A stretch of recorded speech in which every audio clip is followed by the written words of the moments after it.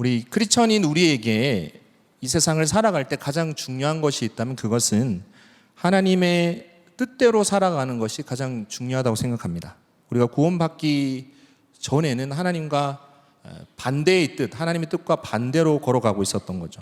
죄로 인해서 고통당하고 죽어서는 지옥에 갈 것을 하나님께서 그냥 볼 수 없어서 우리를 위해서 이 땅에 예수님을 보내셔서 우리를 구원하셨습니다. 그것을 믿으십니까? 예수님을 보내셔서 우리를 구원하신 거예요. 우리가 예수님으로 인해서 구원받은 하나님의 자녀라면 당연히 하나님의 뜻을 알길 원하고 그 뜻을 따르려고 하는 것이 당연한 생각입니다. 그런데 문제는 하나님의 뜻대로 살아가는 것이 쉽지 않죠. 하나님께서 그 뜻을 이렇게 내비게이션처럼 하나하나 자세히 알려주면 그 뜻을 분별하기도 쉬울 것 같은데 하나님 그렇게 하지 않으십니다. 하나님의 뜻을 분별하고 아는 것도 굉장히 어렵게 느껴지고 힘이 듭니다. 우리가 하나님의 뜻을 그렇지만 또 알아도 우리 안에 있는 옛 모습, 죄된 모습 때문에 우리를 내려놔야 되는데 그것이 쉽지 않기 때문에 그 뜻대로 살아가는 것은 어렵게 느껴질 때가 참 많이 있습니다. 그렇지만 우리가 기억해야 될 것은 하나님께서는 우리를 하나님의 자녀 삼으시고 우리를 그냥 혼자 살아라고 내버려 두신 분은 아닙니다. 하나님은 우리의 삶을 책임을 지십니다. 우리와 함께 하시고 우리를 인도하시는 분이 하나님이십니다.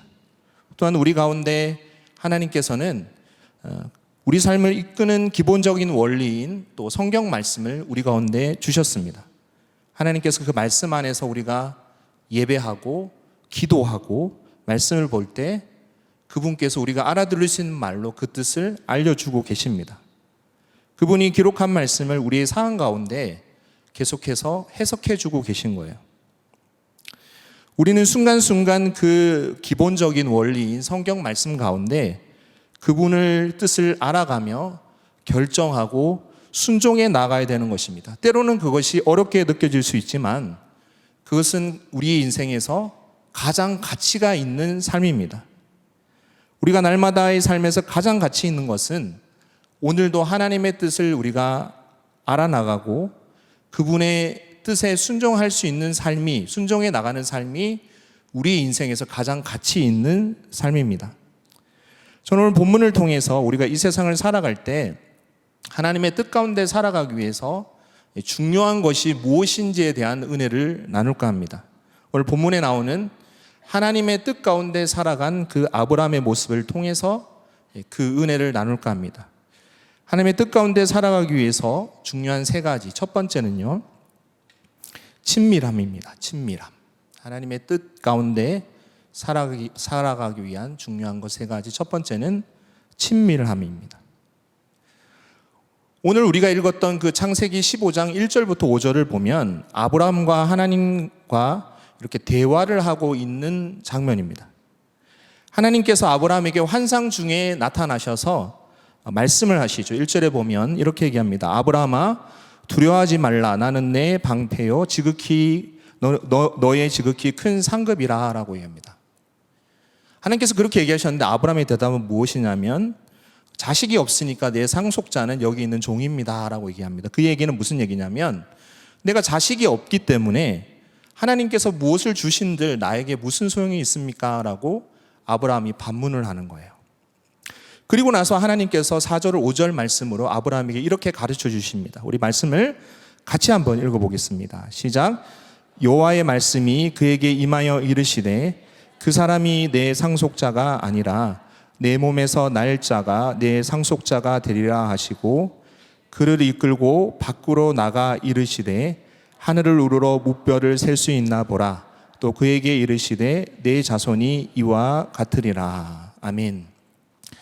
4절에 보면 자녀가 없는 아브라함에게 상속자는 너에게 날 자가 상속자라는 것을 가르쳐 줍니다. 그리고 5절에 아브라함을 하나님께서 밖으로 끌고 나가셔서 이 별을 셀 수 있는가 보라라고 얘기합니다. 그러면서 너의 자손이 그 별과 같이 많이 될 것이라, 많이 날 것이라에 대한 것을 가르쳐 주십니다. 이야기를 그냥 쭉 읽어보면 지금 하나님과 아브라함이 굉장히 친밀한 것을 우리가 알 수 있습니다. 하나님께서 아브라함의 앞으로의 자손을 이렇게 바깥에 별들을 보여주면서 일일이 자세하게 친절하게 설명해주고 있는 모습입니다. 창세기 12장 1절에 보면 하나님께서 아브라함에게 갑자기 이렇게 명령하십니다. 우리 같이 한번 12장 1절 말씀 같이 읽어볼까요? 시작. 여호와께서 아브라함에게 이르시되 너는 너의 고향과 친척과 아버지의 집을 떠나 내가 내게 보여줄 땅으로 가라. 성경에 보면 갑자기 하나님께서 아브라함을 불러서 집을 떠나서 내가 지시할 땅으로 가라라고 이렇게 명령합니다. 이 명령은 성경을 읽다 보면 굉장히 이상한 명령이에요. 집 떠나서 내가 지시할 땅으로 가라고 얘기합니다. 그렇지만 하나님께서 이렇게 아브라함에게 명령할 수 있었던 것은 저는 하나님과 아브라함이 친밀해서 그렇게 할 수 있었다고 생각합니다. 그리고 그 말씀을 받는 아브라함도 성경에 보면 그 말씀을 듣고 따라갔다라고 얘기합니다. 아브라함과 하나님은 굉장히 친밀한 것을 볼 수 있어요. 우리가 잘 아는 창세기 22장에도 보면 하나님께서 아브라함에게 이삭을 번제로 드리라고 했을 때 아브라함은 바로 그 다음날 아침에 일찍 일어나서 자기 아들을 데리고 번제를 드리러 가는 장면을 볼 수 있습니다. 하나님께서 그 아들을 번제로 바치라고 한 명령도 자세히 보면 굉장히 이상한 명령입니다. 그런데 아브라함은 하나님과 친밀했기 때문에 하나님께서 그렇게 얘기하셨고 아브라함도 그 뜻을 따를 수 있었던 것입니다. 이 친밀함의 기본은 꾸준히 만나는 것입니다. 인격적인 교제예요. 어떤 사람에 대해서 그냥 소문으로 그냥 책을 읽은 것으로 아는 것과 그 사람을 계속해서 만남을 통해서 그를 경험한 것과는 친밀함의 그런 것 자체가 다른 거죠. 꾸준히 만나서 그를 경험해야 친밀해질 수 있는 것입니다. 아브라함과 하나님 관계가 성경에 보면 자세히 기록되어 있지는 않지만 하나님과 꾸준한 만남을 통해서 저는 아브라함과 친히 친밀하게 교제했다는 것을 우리가 알 수 있습니다. 아브라함과 하나님은 굉장히 친밀했어요. 시편 25편 14절을 보면 이런 말씀이 있습니다. 우리 말씀을 한번 읽어볼까요? 시편 25편 14절 말씀 시작. 여호와의 친밀하심이 그를 경외하는 자들에게 있으며 그의 언약을 그들에게 보이시리로다. 여기 보면 친밀하심이란 단어는 원래 원어의 뜻은 비밀회담이란 단어입니다. 그것을 뜻하는 단어입니다. 여호와께서 그를 경외하는 자에게는 아무런 비밀도 없이 그 뜻을 보인다는 것을 시편 25편 14절에는 얘기하고 있습니다. 하나님을 경외하는 사람들에게는 하나님과 친밀해서 아무런 비밀도 없이 그에게 그 뜻을 알려준다고 성경에 기록되어 있습니다. 하나님은 아브라함에게 그의 뜻을 숨기지 아니하셨어요. 창세기 18장 17절에 보면 이런 기록이 있습니다. 여호와께서 이르시되 내가 하려는 것을 아브라함에게 숨기겠느냐 하나님께서 이렇게 얘기하세요. 하나님께서 소돔과 고모라를 멸하기로 결정하셨는데 그 하나님의 뜻을 아브라함에게 숨기지 않는 모습을 하나님께서 보이십니다. 하나님과 친밀한 자에게 하나님께서는 그에게 숨기는 것이 없으세요. 당연히 그 뜻을 알려주십니다. 반대로 얘기하면 하나님과 친밀하지 않다면 우리가 하나님의 뜻을 알 수가 없다는 것이죠. 여러분들은 하나님과 친밀하다고 생각하십니까? 날마다 바라옵기는 하나님 앞에 나아감을 통해서 하나님과 친밀해지시는 여러분들 되시기 바랍니다. 하나님은 여러분들과 계속 친해지길 원하세요. 오늘도 부지런히 하나님 앞에 나아가서 친밀한 교제의 기쁨을 누리시는 우리 복된 성도님들 되시길 바랍니다. 하나님의 뜻 가운데 살아가기 위해서 두 번째 중요한 것은 신뢰와 믿음입니다. 신뢰와 믿음이에요. 하나님께서는 아브라함에게 이렇게 별을 보여주면서 그의 자손이 굉장히 많을 것을 얘기합니다. 그리고 이어지는 6절에 아브라함의 반응을 성경은 이렇게 얘기합니다. 6절 말씀 우리 같이 한번 읽겠습니다. 시작. 아브라함이 여호와를 믿으니 여호와께서 이를 그의 의로 여기시고. 아브라함은 하나님을 믿었다라고 성경은 기록되어 있습니다. 아브라함에게 자식이 한 명도 없었는데 하나님께서 아브라함에게 별과 같이 많은 자손을 줄 것이다. 그 약속을 아브라함을 믿었다고 성경은 얘기하고 있습니다. 친밀하다는 것은 그를 잘 아는 거죠. 여러분들이 지금 생각하기에 가장 친한 친구가 누구십니까? 그 사람은 여러분들이 가장 잘 아는 사람일 거예요. 그 사람을 오랫동안 경험했는데 한결같은 사람, 그 사람의 어떤 신뢰를 경험했다면 여러분은 그런 사람들은 어떤 얘기들을 하더라도 믿을 수 있을 것입니다. 여러분이 믿는 사람은 오랜 기간 친밀한 교제를 통해서 그가 믿을 만한 사람이라는 것을 여러분들이 아는 사람을 믿을 수 있다는 거예요. 로마서 4장 18절부터 22절에 보면 그 창세기에 보여주었던 아브라함의 믿음에 대해서 성경에서 이렇게 얘기합니다. 우리 18절부터 22절 말씀 같이 한번 읽어보겠습니다. 시작. 아브라함이 바랄 수 없는 중에 바라고 믿었으니 이는 내 후손이 이 같으리라 하신 말씀대로 많은 민족의 조상이 되게 하려 하심이라. 그가 100세나 되어 자기 몸이 죽은 것 같고 사라의 태가 죽은 것 같음을 알고도 믿음이 약하여지지 아니하고 믿음이 없어 하나님의 약속을 의심하지 않고 믿음으로 견고하여져서 하나님께 영광을 돌리며 약속하신 그것을 또한 능히 이루실 줄을 확신하였으니 그러므로 그것이 그에게 의로 여겨졌느니라. 아멘이십니까? 18절에 보면 아브라함이 바랄 수 없는 중에 믿었다라고 얘기합니다. 오늘 본문에 나오듯이 아브라함의 자식이 한 명도 없었는데 별과 같이 자손이 많아질 것이다. 그 하나님의 약속을 아브라함은 믿었다는 것입니다. 신뢰했다는 거예요. 20절에 보면 그 아브라함은 하나님의 약속을 의심하지 않았습니다. 의심하지 않았어요. 그리고 21절에 보면 약속하신 그것을 하나님께서 능히 이루실 줄 믿었다라고 성경은 기록되어 있습니다. 아브라함은 하나님께서 절대 약속을 어기지 않는 분이라는 확신이 있었어요. 그렇기 때문에 하나님이 그 어떤 절망적인 상황 가운데 있을지라도 약속을 지키시는 분이라는 것을 아브라함은 굳게 믿었습니다. 저는 그 믿음의 근거는 하나님과 아브라함의 친밀함 속에 있었다고 생각합니다.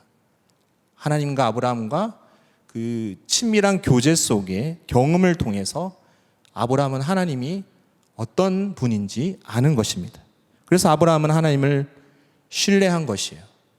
어떻게 보면 하나님께 그 순종의 모습을 보여준 것은 그의 신뢰, 하나님에 대한 신뢰와 믿음 때문에 가능했던 것입니다.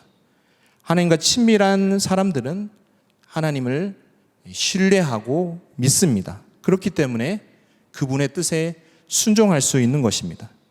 여러분, 하나님은 신실하신 분이십니다. 그것을 믿으십니까? 하나님은 신실하신 분이세요. 우리의 날마다의 삶의 교제를 통해서 바라옵긴 그 신실하신 하나님을 경험해 나가시는 여러분들 되시기 바랍니다. 어떻게 보면 하나님께 우리가 순종한다는 것은 그분의 친밀함 속에서 그를 신뢰하고 믿기 때문에 우리가 당연히 보이는 반응이라고 생각합니다. 여러분들은 하나님을 얼마나 신뢰하시고 믿으십니까? 세 번째로 하나님의 뜻 가운데 살아가기 위해서 중요한 것은 첫 번째는 친밀함이었고요. 두 번째는 신뢰와 믿음이었고 세 번째는 사랑입니다. 사랑. 오늘 본문에서 하나님께서는 아브라함에게 땅을 약속하십니다. 그 믿음을 보시고 땅을 약속하세요. 7절에 보면 이렇게 얘기합니다. 우리 7절 말씀 다시 한번 같이 읽겠습니다. 시작. 또 그에게 이르시되 나는 이 땅을 내게 주어 소유를 삼게 하려고 너를 갈대인의 우르에서 이끌어낸 여호와니라. 아멘. 하나님께서 무엇을 약속하냐면 아브라함에게 이 땅을 너에게 줄 것이다 라고 약속합니다. 지금 하나님께서는 자녀가 한 명도 없는 아브라함에게 수많은 자손을 줄 것이고 지금 이 땅에서 이방인 나그네로 살아가고 있는 아브라함에게 이 땅을 줄 것이다 라고 약속하고 있는 것입니다. 이 약속이 굉장히 믿기가 힘들었던 것 같아요. 그래서 아브라함은 하나님께 증표를 원합니다. 90절에 보면 그 증표를 원한다는 그 하나님 아브라함의 응답에 하나님께서는 아브라함에게 믿을 수 있도록 내가 언약을 맺어주겠다라고 얘기합니다. 하나님께서는 아브라함에게 지시하는데 언약의 제물을 준비해서 그 가운데를 쪼개어서 그 쪼갠 것을 이렇게 마주보게 하라라고 얘기합니다. 그렇게 하고 나서 17절부터 18절에 하나님은 드디어 언약을 아브라함과 맺으십니다. 17절 18절 말씀 같이 읽겠습니다. 시작. 해가 져서 어두울 때에 연기 나는 하루가 보이며 타는 햇불이 쪼갠 고기 사이로 지나더라. 그날에 여호와께서 아브라함과 더불어 언약을 세워 이르시되 내가 이 땅을 애굽 강에서부터 그 큰 강 유브라데까지 내 자손에게 주노니. 아멘. 원래 그 당시 중동 지역에서 어떤 서로가 언약을 맺을 때 어떻게 했냐면 동물을 준비해서 그 가운데를 이렇게 반으로 자르는 거예요. 쪼개어서 양쪽을 각각 이렇게 마주보게 놓습니다. 그리고 언약을 맺는 두 사람이 그 사이를 이렇게 지나가는 겁니다. 그렇게 하는 이유는 만약 둘 중에 누군가가 언약을 어길 때 그 쪼갰을 당한 동물 같은 그러한 사망의 존재가 될 것이라는 것을 약속하는 거예요. 그래서 언약을 꼭 지킬 것을 그렇게 약속하고 있는 것입니다. 그런데 오늘 17절에 보면 그 쪼갠 재물 사이에 보면 연기 나는 하루가 보이고 타는 햇불이 그 사이를 지나갔다. 쪼갠 재물 사이를 지나갔다고 얘기합니다. 그 연기 나는 화로, 타는 햇불은 하나님의 임재를 상징하는 것이고요. 그것이 그 타는 햇불이 지나갔다는 의미는 하나님께서 그 재물 사이를 지나갔다라는 의미입니다. 근데 여기 자세히 보면 하나님은 지나가셨는데 아브라함은 그 사이를 지나갔다는 기록이 없어요. 그 사이를 하나님만 지나갔다는 것은 그 언약의 책임이 전적으로 하나님께만 있다는 것을 하나님께서 지금 약속하고 있다는 것입니다. 만약 언약을 어기는 경우가 있다면 그 책임을 누가 감당해야 됩니까? 하나님이 감당해야 된다는 거예요. 언약을 어기게 되면 하나님이 그 쪼갠 고기와 같은 그런 처지가 될 것을 하나님 자신이 약속하고 있다는 것입니다.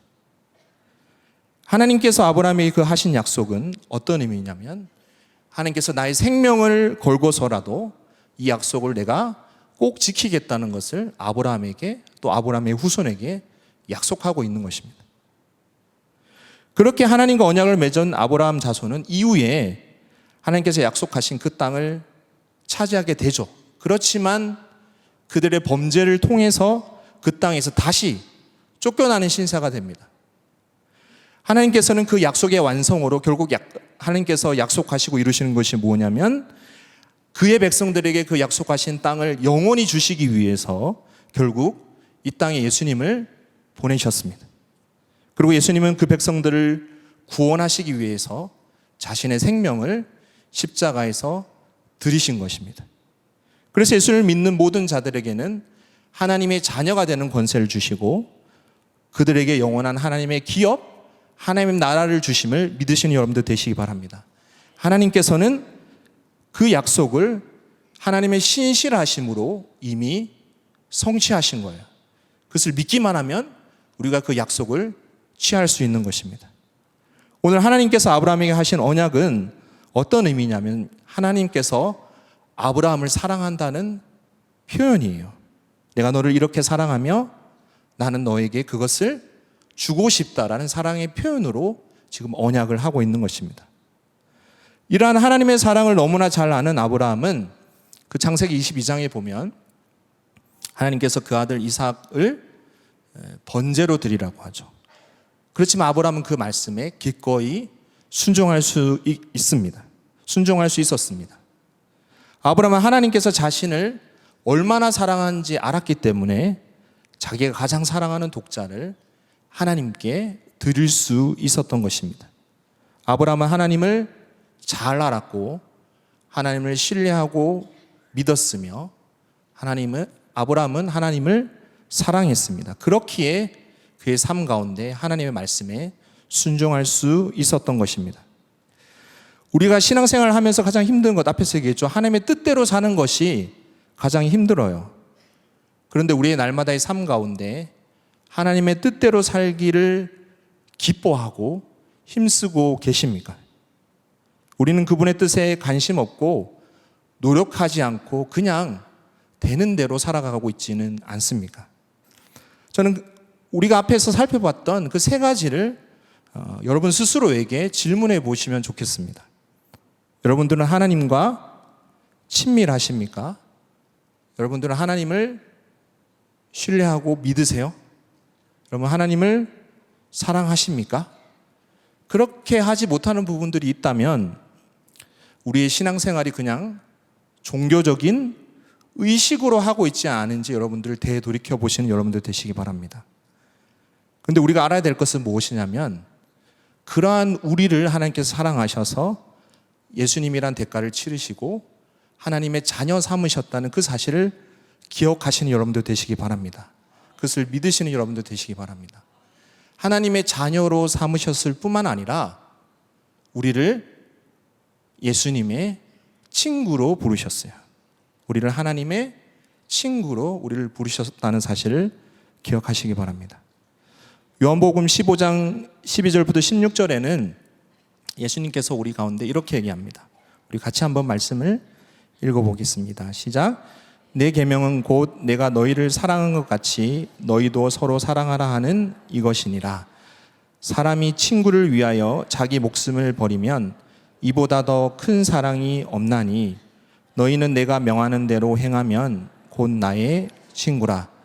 이제부터는 너희를 종이라 하지 아니하리니 종은 주인이 하는 것을 알지 못함이라. 너희를 친구라 하였노니 내가 내 아버지께 들은 것을 다 너희에게 알게 하였음이라.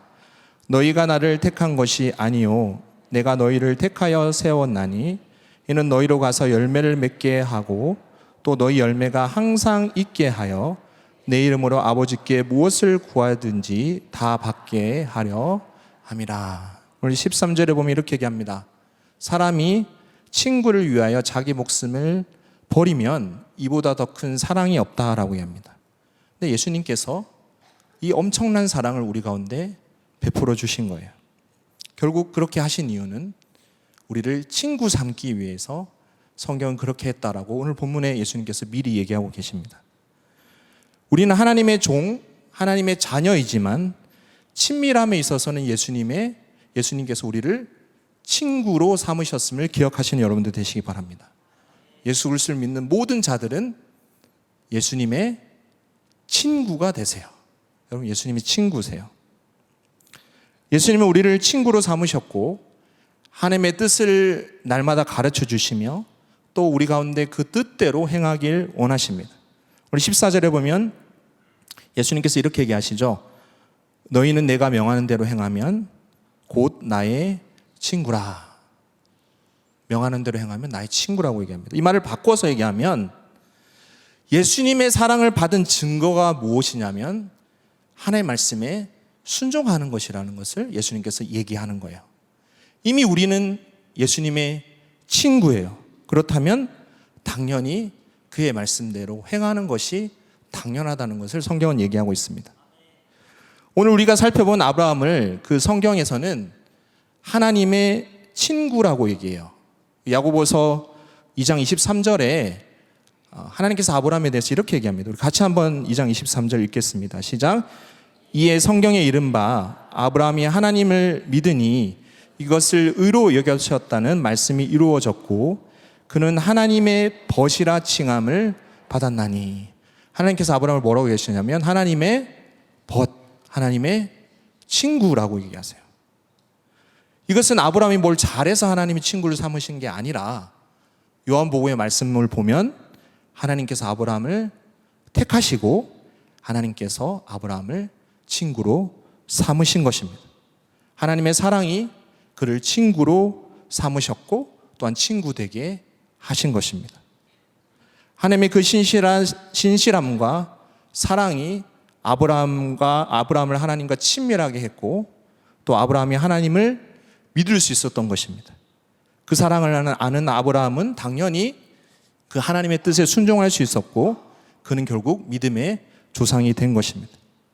이것은 우리에게도 마찬가지입니다. 우리가 잘해서 여러분들 하나님의 자녀가 된 것이 아닙니다. 우리가 잘해서 예수님의 친구가 된 것이 아니에요. 하나님의 사랑이 우리를 택하셨다는 그 사실을 기억하시는 여러분들 되시기 바랍니다. 하나님 여러분들을 택하셔서 친구로, 예수님의 친구로 삼으신 거예요. 제 딸들을 보면, 딸이 둘이 있는데 그 딸들을 보면 저보다 친구와 더 잘 어울리는 것 같아요. 그리고 친구의 말을 더 중요하게 생각합니다. 저의 말보다 친구의 말을 더 중요하게 생각합니다. 아마 제가 부모라서 높이 있다고 생각해서 그런 것 같아요. 근데 예수님이 여러분들의 친구라는 것은 어떻게 보면 저희 딸과 같은 그런 친밀함을 원하는 거예요. 천지를 창조하시고 지금도 이 땅을 다스리고 계시는 그 예수님이 여러분들의 친구이고 여러분들의 가장 친한 친구임을 믿으시는 여러분들 되시기 바랍니다. 친구란 친한 사람을 얘기하는 거죠. 서로에게 좋은 친구는 시간이 가면 갈수록 더 많은 사귐을 통해서 그와 더 친해지고 그를 더 신뢰하게 되며 그 친구를 더 아끼며 사랑하는 것입니다. 예수님께서 여러분들을 구원하셔서 친구가 되게 하셨는데 지금은 내가 구원 얻을 때보다 얼마나 더 친해졌는지, 예수님과 친하다고 하면서 예수님을 얼마나 신뢰하고 믿고 있습니까? 예수님이 여러분들의 어떤 친구인지 잘 아시죠? 우리를 위해서 자신의 생명까지도 바친 친구잖아요. 그런데 예수님을 여러분들은 변함없이 사랑하고 계시는지. 제가 이 설교를 준비하면서 목사인 저도 이 말씀을 보고 많이 생각하게 됐어요. 제가 예수님을 청년 때 믿고 그때보다 훨씬 많이 하나님의 말씀을 알고 지식적으로 너무 많이 알고 있는데 그때보다 얼마나 더 친해졌는지, 하나님과 더 친해졌는지를 돌이켜봤습니다. 여러분의 세상의 친구도 여러분을 위해서 엄청난 희생과 사랑을 보여준 적이 있다면 그 감사함을 평생 동안 잊지 않을 거예요. 여러분 세상의 친구도 그럴 겁니다. 절대 친구가 될 수 없는 우리에게 예수님께서는 우리를 위해서 엄청나게 큰 자기 목숨을 버려서 그 대가와 희생을 치르시고 여러분들을 예수님의 친구 삼으셨습니다. 여러분들이 그것을 안다면 여러분들이 어떻게 하나님 앞에 살아가고 싶으십니까? 나의 주님이신 예수님께서 그렇게 나를 친구 삼은 것을 너무나 잘 아는데 그것을 안다면 오늘을 어떻게 살아가시겠습니까? 이 시간 우리 함께 기도했으면 좋겠습니다.